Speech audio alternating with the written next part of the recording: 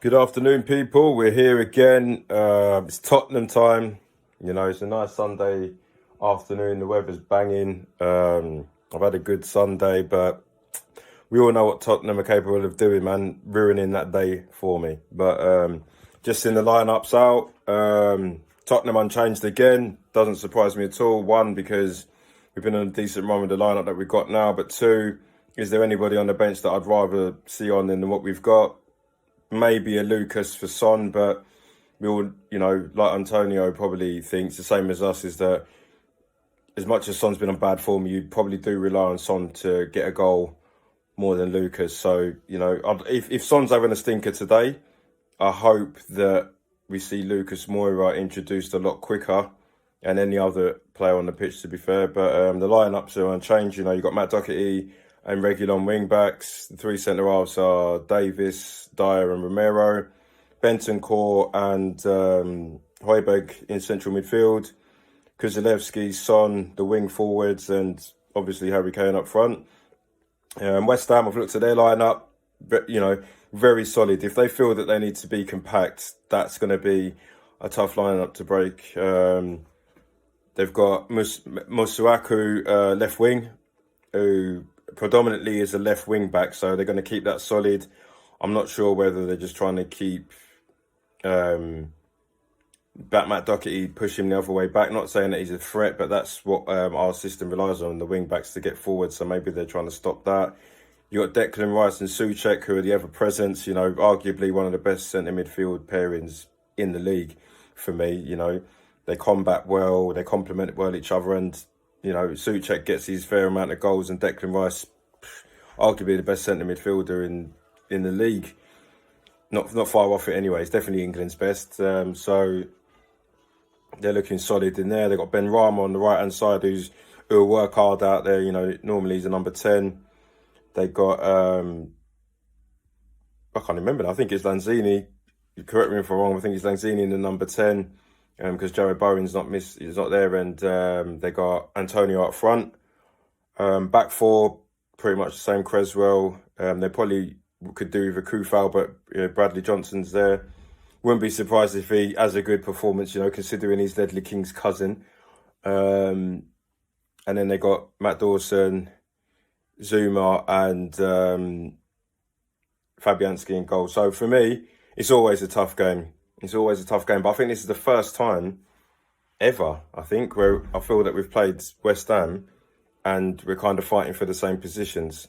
We always have a little joke about it being West Ham's cup final, but realistically, it's ours as well today, because whoever wins this game will feel that they might not finish fourth because Arsenal are doing well, but they can at least push them all the way. And whoever loses is just, again, you're going into the territory of sort of 8-9 games left, and you're hoping for the teams above you to go on some bad form.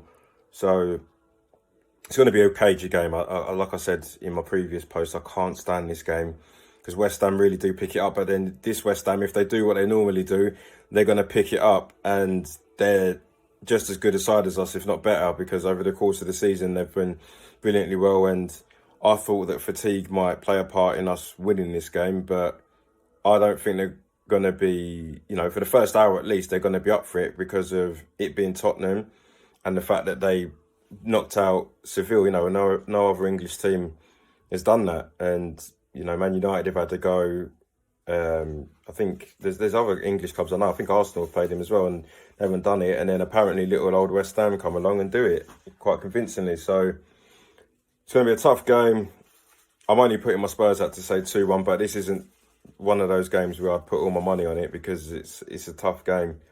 But I just think if Harry Kane can turn up and get the better of not only the defenders, but, make sure that Declan Rice and Souček don't pick him up, then we should get some joy. It's just, I've been saying it for the last 3 weeks now, Son just needs to step up. If Son steps up and Kane does what he normally does, we generally win the game, because I think Højbjerg's performances have increased just due to the fact that he's got someone in midfield that he can trust, whether he goes forward or comes backwards.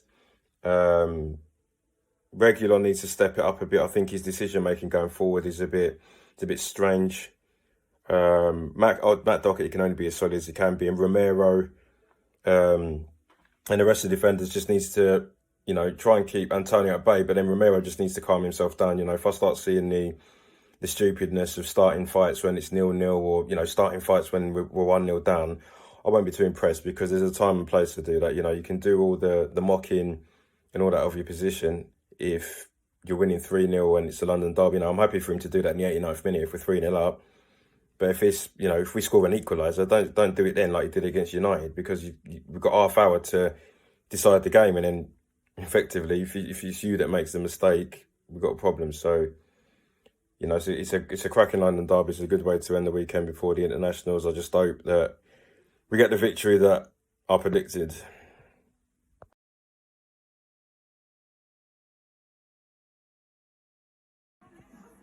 Here we go, man.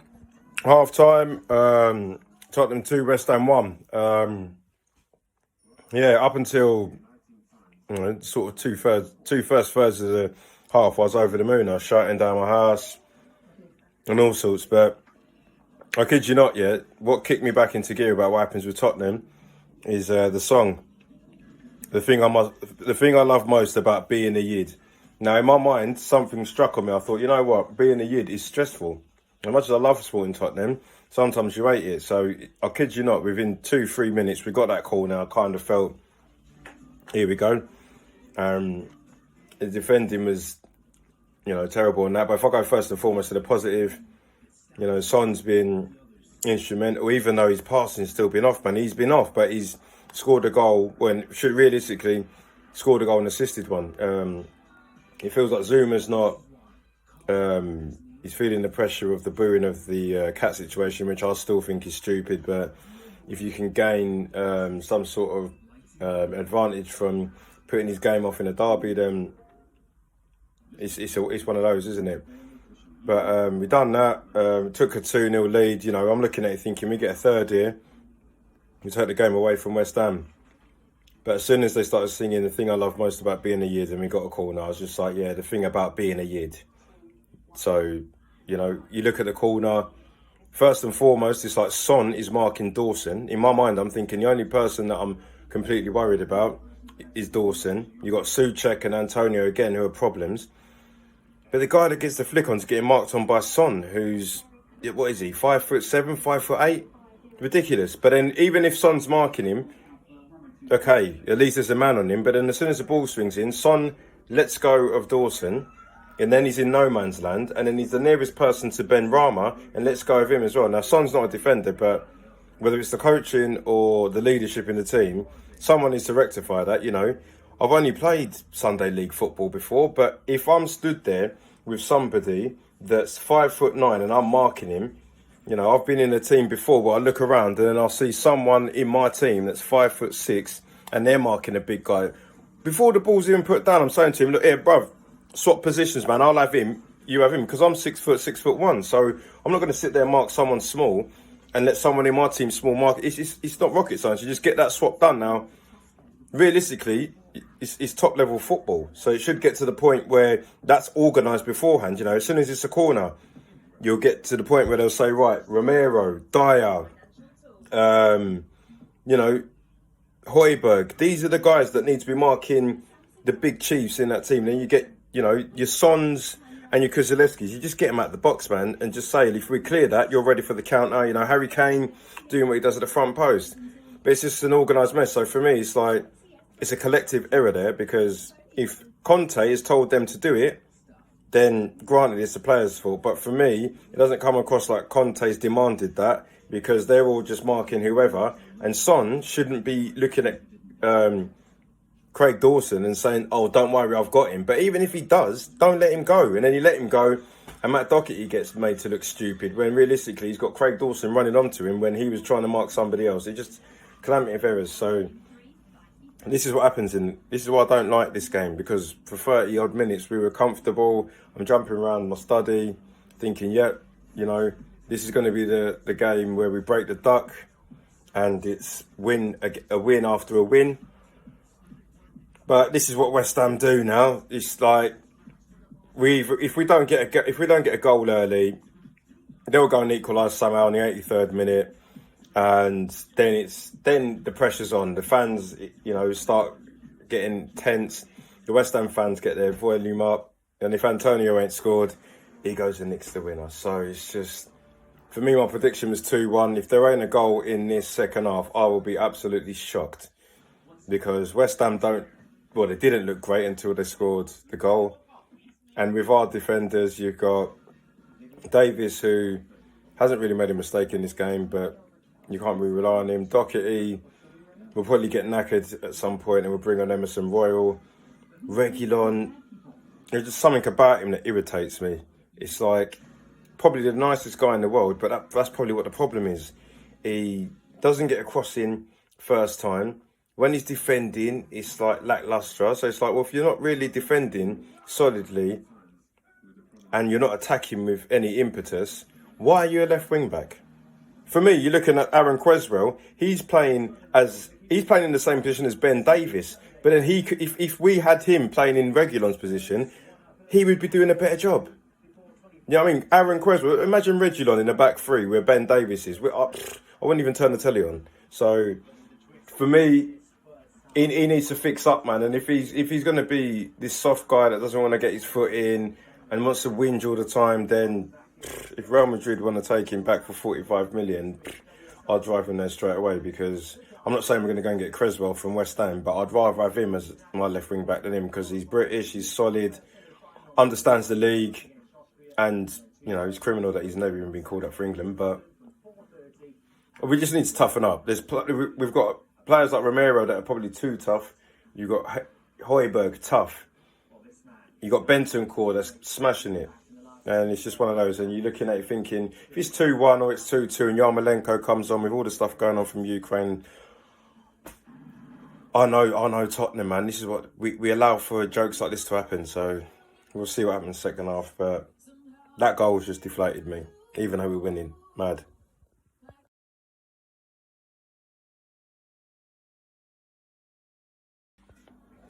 Yes, people, and it's full time. Tottenham 3, West Ham 1. And I just want to say one thing before I start my summary. Get in there! Just had to get that out of there because I can't stand West Ham. But yeah, if I'm going to be honest, there's a slight part of me that, if I was going to put my football head on, I feel sorry for West Ham in a little way, because they must be knackered from the Seville thing. All the energy they would have took out with the celebrations afterwards, all that. You could tell when you got to the 65th, 75th minute, they were just shattered, Antonio, I'm not sure if he was tired or if he was injured, but I don't know why they brought him off. Like, that made me feel even more confident, because Yarmolenko's effectively an inside forward. And I just thought Antonio wasn't scoring goals, but at least he was trying to do his bit to hold up the ball, and that's been important for West Ham. Just the same way, if you look at Arsenal, the same way Lacazette does his thing. He's not on form in terms of scoring goals, but he does his bit to win the ball back and hold it up. So I thought that was a bit of a clanger from David Moyes, unless there was a reason for it. You want to go back to it, it's like I'm over the moon with the result, but I'm just, for people that know me, I'm a realist. It's like there's a lot of softness in our game. There was times where Reguilon, he tried to claim for that penalty when he was through on goal, and I thought to myself, well, just move him out the way, put a bit of strength towards him and have your shot. You know what I mean? Because if you have the shot and it goes in, brilliant. And if it doesn't go in, there's a deflection for people that were coming in the box. But he was too busy trying to get the penalty, which, again, it wasn't a penalty. There was times where Son wasn't controlling the ball. I mean, to typify what Son's doing, he scored 2 goals and realistically an assist for an own goal. But then he got moved off the ball by a referee that didn't even know he was there. Do you know what I mean? Like, Son, and the thing is that Son's motion, it was like he dived to try and win a free kick from a referee, putting him on the floor. Anthony Taylor just stood there, looked at him and thought, what are you doing? Which is what I thought as well. But it's like, it wasn't brilliant from Son, but he was so important. His pace, it was this. If Son was the Son of 6 months ago, he would have had about 7 goals tonight. But for me, I can't knock him because he made the difference. he's going to take all the plaudits. But again, Harry Kane was just, he was just pulling them apart, midfield, forwards. They didn't know what was going on with him. But I just, again, think it was down to us having a good game plan against West Ham because they are a tough side. And it was, tiredness for West Ham did play a part. So to be honest, I don't really care. We had to get that win because Arsenal fans, Arsenal players would have looked at that and thought, right, whoever wins this game, we've got to concentrate on them, making sure that they don't catch us up. If it's a draw, then we don't have to worry about either of them. So, Arsenal are still massive favourites, don't get it twisted. Massive favourites. And, if they win all their games, then they ain't got to worry, have they? But again, like I keep saying, as long as we can keep in touching distance with them, when it comes to the NLD, then it'll be all fireworks. It was a good victory. Like I said, there's only one other team that I can't stand playing, or I can't stand more than Arsenal, and it probably is West Ham. Man United are up there as well, but London derbies are the one. And I just think there was times in that game where if we had a creative play, I'm not going to keep going on about it, but if we had a Eriksen type player in the hole, there was times where we would be marauding forward and catching them on the counter. But then because Harry Kane's in the box and Son's already on the other side of the pitch, Matt Doherty would end up playing it back to, Romero or something, and then the attack would break down and we'd allow West Ham to get back into their shape, even though they were tired. They'd be thankful that sometimes Matt Doherty was doing that. But I don't blame him too much, because if he got the cross in, is Harry Kane in the box on his own, and there was no one in midfield to do that. If we could afford to play Bentancur a lot more forward, like he was mustard today. He helped Højbjerg out. He was playing passes in, and I like midfielders like him that demand a ball off a defender, off an attacker, and then they demand that you control it when I pass it. Do you know what I mean? I'm not putting him up there with Steven Gerrard, because he's definitely not that, but that's what Stevie G used to do, fizz that ball into you, and if you don't control it, that's your fault. But then if you do control it, we're in.